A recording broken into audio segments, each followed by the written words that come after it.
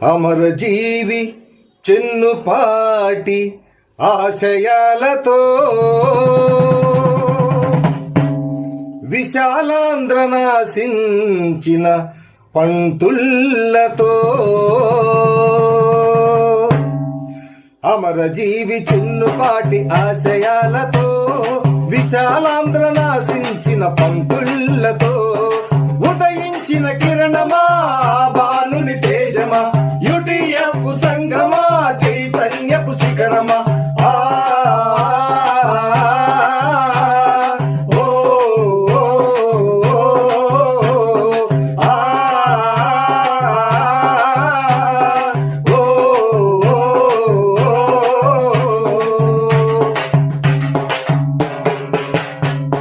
ముఠాలైన సంఘానికి నిరంకుశ సింహానికి ముఠాలైన సంఘానికి నిరంకుశ సింహానికి వెన్ను చూపకుండా నిలిచి చెన్నుపాటి బాట నడిచి వెన్ను చూపకుండా నిలిచి చెన్నుపాటి బాట నడిచి ఉద్యమ జెండా పట్టి ఐక్యమత్యమై ఉద్యమ జెండా పట్టి ఐక్యమత్యమై కొత్త తరం ఉద్యమించే ఐక్య వేదికై ఉదయించిన కిరణమా బాలుని తేజమా యుటిఎఫ్ సంగమా చైతన్యపు శిఖరమా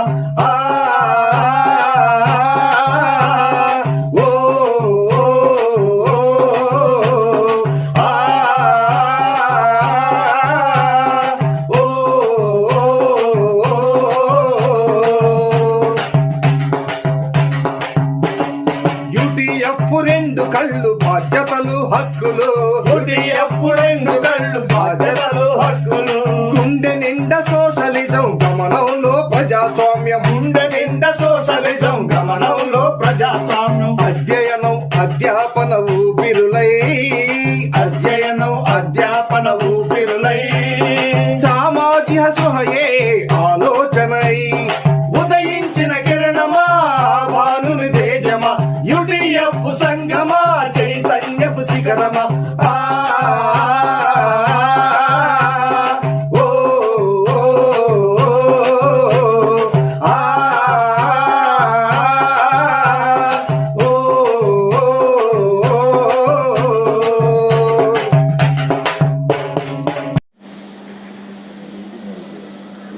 మిత్రులారా, వేదిక మీద ఉన్నటువంటి గౌరవనీయులు, ఈరోజు ప్రధాన వక్త ఆర్థిక రాజకీయ కేంద్రీకరణలో పర్యవసానాల అంశం మీద మాట్లాడేటువంటి పాపారావు గారు, అలాగే ఆర్థిక సంస్కరణలు విద్యారంగం మీద మాట్లాడటం కోసం వచ్చేసినటువంటి మన కేఎస్ లక్ష్మణరావు గారు ఎమ్మెల్సీ గారు, వేదిక మీద ఉపాధ్యాయ ఫెడరేషన్ నిలపడంలో ఆ రోజు చెన్నుపాటి లక్ష్మయ్య గారి వారసులుగా మేము ఎలా ముందుకెడుతున్నామో చెప్పేటువంటి ఏబిఎస్ గారు, రామిరెడ్డి గారు, మైనేని వెంకటేశ్వరం గారు, తర్వాత తరంలో వచ్చినటువంటి జోజయ్య గారు, నారాయణ గారు, ఇలా పెద్ద పెద్ద నాయకత్వంతో ఈ సంఘాన్ని ముందుకు తీసుకెళ్లేటువంటిది. పాలకులు ఎవరైనా, పరిపాలించే వాళ్ళు ఎవరైనా ఎక్కడా బెదరటం కానీ, సమస్యలు చెప్పేదాని దగ్గర లాలూచి పట్టడం కానీ, లేదా సర్దుకుపోయేటువంటి తత్వం కూడా లేకుండా పోరాడటమే నడగ్గా ఆంధ్రప్రదేశ్ ఐక్యోపాధ్యాయ ఫెడరేషన్ ఈ 50 సంవత్సరాల కాలంలో నడిచిందనేటువంటిది మీ అందరికీ గుర్తు చేస్తూ, స్వర్ణోత్సవాల్లో భాగంగా ఉమ్మడి జిల్లాల్లో మొత్తం 13 జిల్లాల కేంద్రాల్లో రాష్ట్ర సదస్సులు వివిధ అంశాల మీద పెట్టాలి అనేటువంటిది యూటీఎఫ్ రాష్ట్ర కమిటీ భావించింది.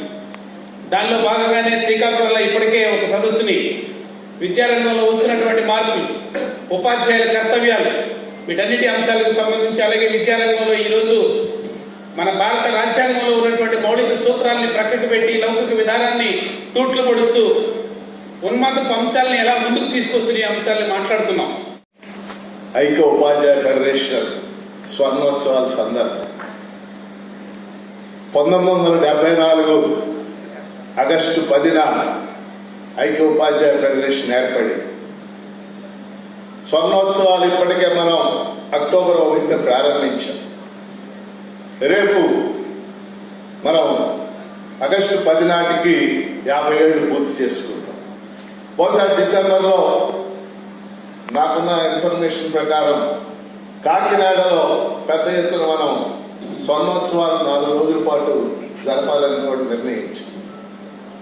ఒక ఉపాధ్యాయ సంఘం స్వర్ణోత్సవాలు పూర్తి చేసుకుని ఒక ప్రస్థానంలో ముందుకెళ్తున్నటువంటి పరిస్థితి. దీనికి అనేక మంది పెద్దల త్యాగాలు. మొన్న మనం వెంకటస్వామి గారి వర్ధంతి జరిపాం. శ్రీకాకుళంలో ఆయన స్మారకోపన్యాసం జరిగింది.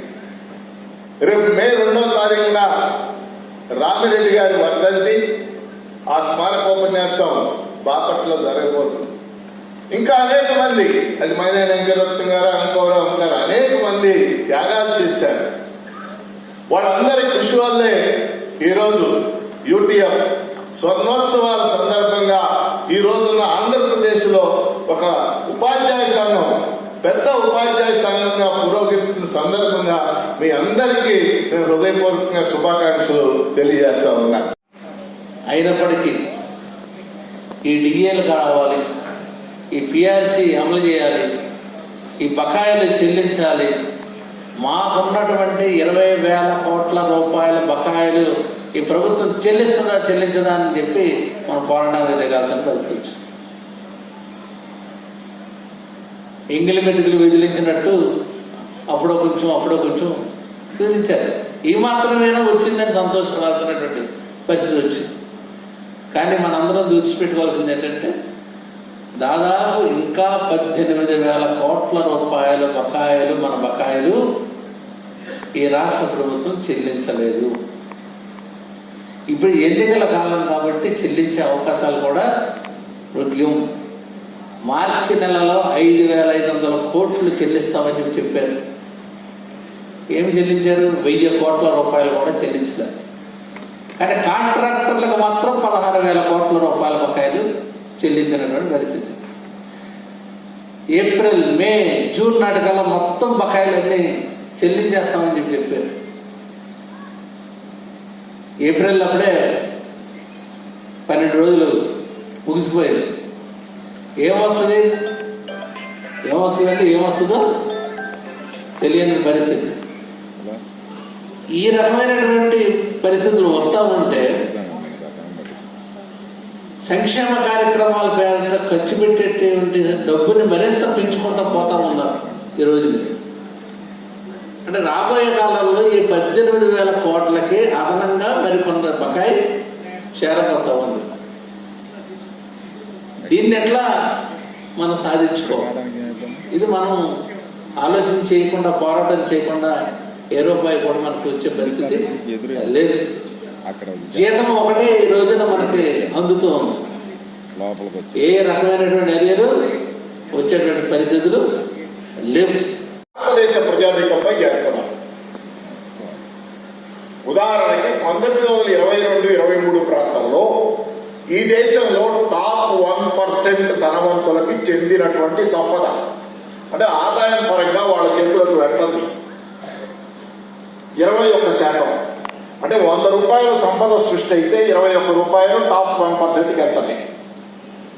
అది ఈ లేటెస్ట్ పేపర్ 23-24 పేపర్ ప్రకారంగా 22 రూపాయల 50 పైసలు 22.5% దాకా టాప్ 1% ధనవంతులు పోతాయి.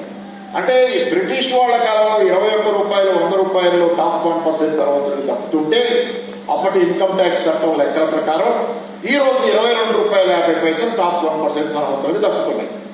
ప్లస్ ఇంకోటి ఏంటంటే ఈ ట్రెండ్ ఇప్పుడు ఆగేది కాదు అని చెప్పాడు ఆయన. ఇదే కాదు, ఇంతటితో ఆగుద్దా 22 రూపాయల 50 పైసలతో, ఇది ఆగదన్నట్లే చెప్పింది ఆ పత్రం. అంటే ఈ రకమైనటువంటి లూటీ. కొద్దిమంది వచ్చారు, ప్రారంభంలో కొద్దిమంది వచ్చిన సమావేశం మొదలయ్యే సమయానికి హాల్ నిండిపోయి కిటకిటలాడింది. 5 గంటలకు చూసినప్పుడు కొద్దిమంది మాత్రమే ఉన్నారు. హాలు పెద్దది, 700 పైన సీటింగ్. కానీ అర్ధగంట పెరిగేసరికి జన ప్రవాహం, యూటీఎఫ్ సైనికులు అలా వచ్చేసారు. ఓ పక్క గుంటూరు జిల్లా హోస్ట్ జిల్లా, అటు పక్క పల్నాడు జిల్లా, ఇటు పక్క బాపట్ల జిల్లా, అటు పక్క ఎన్టీఆర్ కృష్ణా జిల్లా, అటువైపు ప్రకాశం జిల్లా, మొత్తం కమ్మించారు ఈ సదస్సుని. ఈ సదస్సు విజయవంతం అని చెప్పి నేను రాష్ట్ర కమిటీ పక్షాన అభిప్రాయపడతా ఉన్నా. అలాగే ముఖ్య అతిథులు అందరికీ, వేదిక రాష్ట్ర నాయకత్వానికి అందరికీ కూడా హృదయపూర్వక నమస్కారాలు. యూటీఎఫ్ ఈరోజు పోరాటాలు ఎన్నో చేసి సాధించినటువంటి దాన్ని ఇప్పుడు ఒక్కొక్కటి పోగొట్టుకున్న పరిస్థితి మనకు కనిపిస్తూ ఉంది.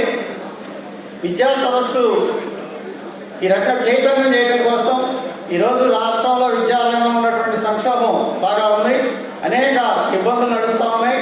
వాటన్నింటినీ ఎదుర్కోవడానికి యూటీఎఫ్ సైనికులు అందరూ కూడా కదిలితేనే ఈ రాష్ట్రంలో ఏ సంఘం కూడా చేయనటువంటి పని యూటీఎఫ్ఏ చేస్తుంది.